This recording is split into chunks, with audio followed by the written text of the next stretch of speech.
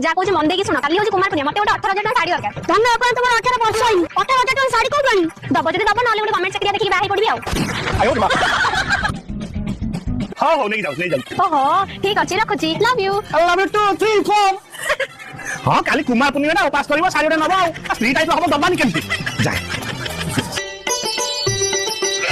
bore पाट साट नहीं जाइए से झील कह हाँ मु दुकान किणी आनी तक देलो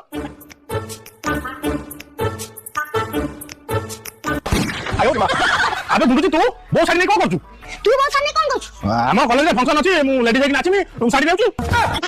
तू कोन नउछु हम स्कूल में फंक्शन अछि मु लेडीज के नाचमी राती हम संग साड़ी की रास्ता कोडे ठिया होछि रास्ता कोडे ठिया की पैसा इनकम करती से चलबो जेबे जगह पड़ुनी हला जा हो गुंडू कोड गल्ला साड़ी खंडे दबो बोले भंगा घर डाकिछ धान साड़ी नहीं आ हे भगवान तुम पे साड़ी आनछ थैंक यू खाली थैंक यू कहला हबनी घंटे 80 मते गला कर ना बापा भाई एठी अछन जदी जानिबे म पिठर बढिया खोल देबे आज होची कुमार कन्या जदी म पे पाउजी आइबो तुमको घंटे गेले आज चारटा को नई की पिठा पकाड़ी जदी तुम पाउजी नै की आसीबो मु तुमको एमिति गेल करबी से नई रे सेवळा भलिया छट छट हो